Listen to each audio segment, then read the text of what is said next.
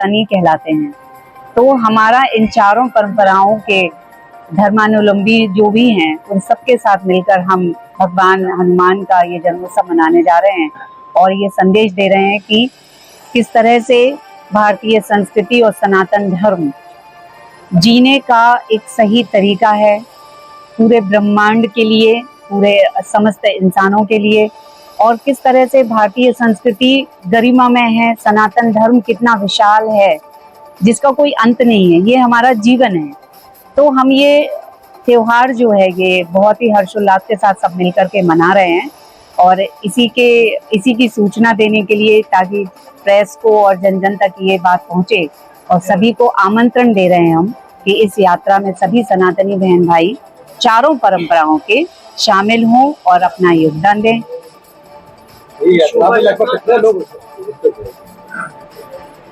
सनातन सांस्कृतिक संघ की ओर से ज्यादा महिलाएं और पुरुष इसमें शामिल हो रहे हैं। वैसे तो ये यात्रा जो है बहुत ही विशाल रूप से, बहुत भव्य तरीके से हर साल निकाली जाती है, परंतु इस वर्ष सनातन सांस्कृतिक संघ भी अपना योगदान दे रहा है। तो उसमें 500 के लगभग लोग शामिल होने वाले हैं संघ की ओर से, और इसमें हमने बीच में पुष्प वर्षा की जो व्यवस्था की है, जो पूरी यात्रा के ऊपर पुष्प वर्षा की जाएगी वो की है,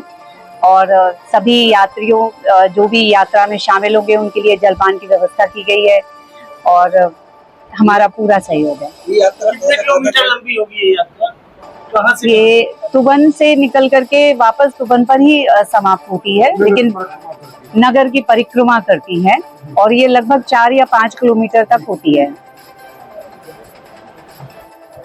मुझे सभी अपने पत्रकार बंधुओं को धन्यवाद देते हुए, सूचना देते हुए बहुत प्रसन्नता हो रही है कि सांस्कृतिक सांस्कृतिक संघ की शुरुआत हमने एक बहुत ही छोटे स्तर से ललितपुर से की थी, जो बुंदेलखंड की बहुत पावन भूमि है,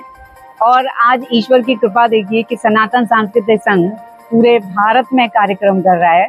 अभी आने वाले समय में हमारा एक बहुत ही भव्य कार्यक्रम जो कि शोभा यात्रा है प्रभु श्री राम की, वो कर्नाटक में हम करने वाले हैं, और एक हमारा कार्यक्रम जो आंध्र में भी हम करने वाले हैं, आंध्र प्रदेश में। तो इस तरह के जो लोगों का जुड़ाव हो रहा है, सनातन के प्रति जो लोगों की आस्था बढ़ रही है और एक साथ एकजुट हो रहे हैं, जहाँ पर भाषा, जाति और प्रांत ये सभी भेद खत्म हो रहे हैं। और ये बताते हुए भी मुझे बहुत गर्व हो रहा है कि मुझे ऐसे बहुत से लोगों के फोन आते हैं, मैसेज आते हैं जो इस तरह के धार्मिक कार्यक्रमों को अपने अपने शहरों में और अपने प्रांतों में करना चाहते हैं, और वो चाहते हैं कि जिस तरह से आपने ये बुंदेलखंड में जितनी भी शोभा यात्रा, एकता यात्रा और रक्षा यात्रा की है, वैसे ही सनातन सांस्कृतिक संघ अपने सभी सदस्यों के साथ मिलकर अपने सहयोग से उनके शहर और राज्यों में इस तरह की यात्राएं कराए और लोगों में जो एक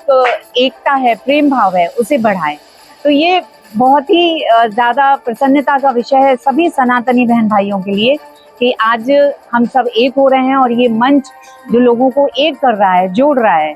उस पर ईश्वर की बहुत कृपा है, और ये दिन प्रतिदिन ऐसे ही बढ़ता जाए और हम सब एक होकर के इस राष्ट्र के लिए, सनातन धर्म के लिए अनंत अनंत तक कार्य करते रहें और अपनी आने वाली पीढ़ी को भी यही संदेश दें और एक अच्छा जीवन, अच्छा देश, अच्छी संस्कृति दे सकें। एक साल में क्या कार्यक्रम हुए, कितने कार्यक्रम हुए एक साल में? देखिए, एक साल के अंदर, पिछले एक साल में लगभग 5 कार्यक्रम हो चुके हैं जिसमें यात्राएं हुई हैं, और उसके अलावा हमने शिक्षा से संबंधित कार्य करने का प्रारंभ किया है, जिसमें हम वेदशाला शुरू करने वाले हैं, जहां पर कि बच्चों को प्रारंभ से ही संस्कृत और भारत वेद पुराण की शिक्षा दी जाए। इस तरह की हमारी एक योजना है जो हम एक जगह से शुरू करके हर जगह वो वेदशालाएं खुलवाने का प्रयास कर रहे हैं, ताकि स्कूल के साथ आज हर बच्चा इंग्लिश मीडियम में पढ़ना चाहता है। तो इंग्लिश मीडियम में पढ़ना गलत नहीं है, क्योंकि आज के समय के अनुसार जो टेक्नोलॉजी है, जो एजुकेशन सिस्टम है, उसके हिसाब से आपको शिक्षित होना ज़रूरी है, लेकिन अपनी संस्कृति, अपने धर्म, अपने वेद पुराण की जानकारी